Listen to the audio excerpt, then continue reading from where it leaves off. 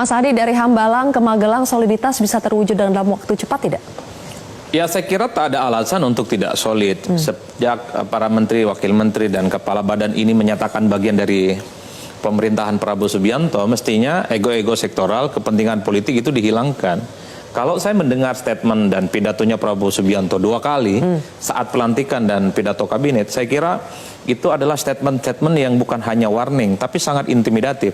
Hai Menteri, jangan lagi ada yang bekerja untuk keluarga dan kerabat. Hai Menteri, jangan lagi ada kemiskinan, pengangguran, dan stunting.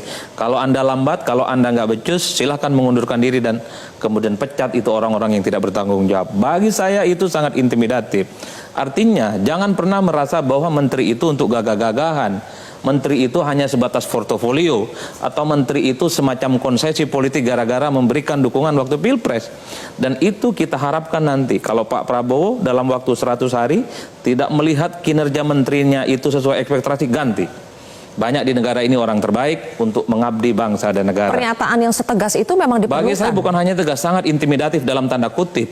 Itu adalah satu pernyataan dari Prabowo yang akan ditunggu di kemudian hari. Kalau memang ada di lingkungan para menteri, wakil menteri, kepala badan, kemudian ada staf khusus, utusan khusus, yang khusus-khusus yang lain tidak perform, tidak sesuai dengan ekspektasi, ganti. Negara ini banyak stok terbaik, kader-kader yang kemudian menurut saya sangat mumpuni untuk membantu Prabowo mewujudkan semua misi-misi dan janji politiknya. Kalau kita mendengar soal ketahanan pangan, saya mendengar ini sejak 2004.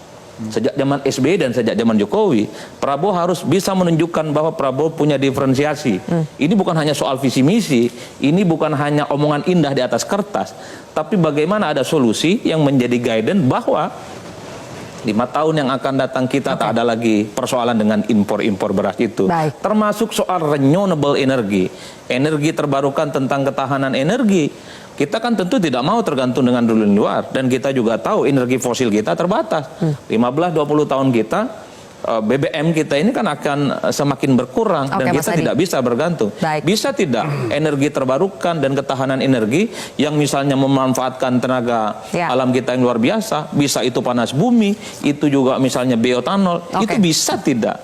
Karena ini adalah industri yang padat karya, tidak ada orang yang mau investasi karena dianggap tidak terlampau menguntungkan. Kalau ini bisa diwujudkan, saya kira mantap, sangat mantap. Sangat mantap.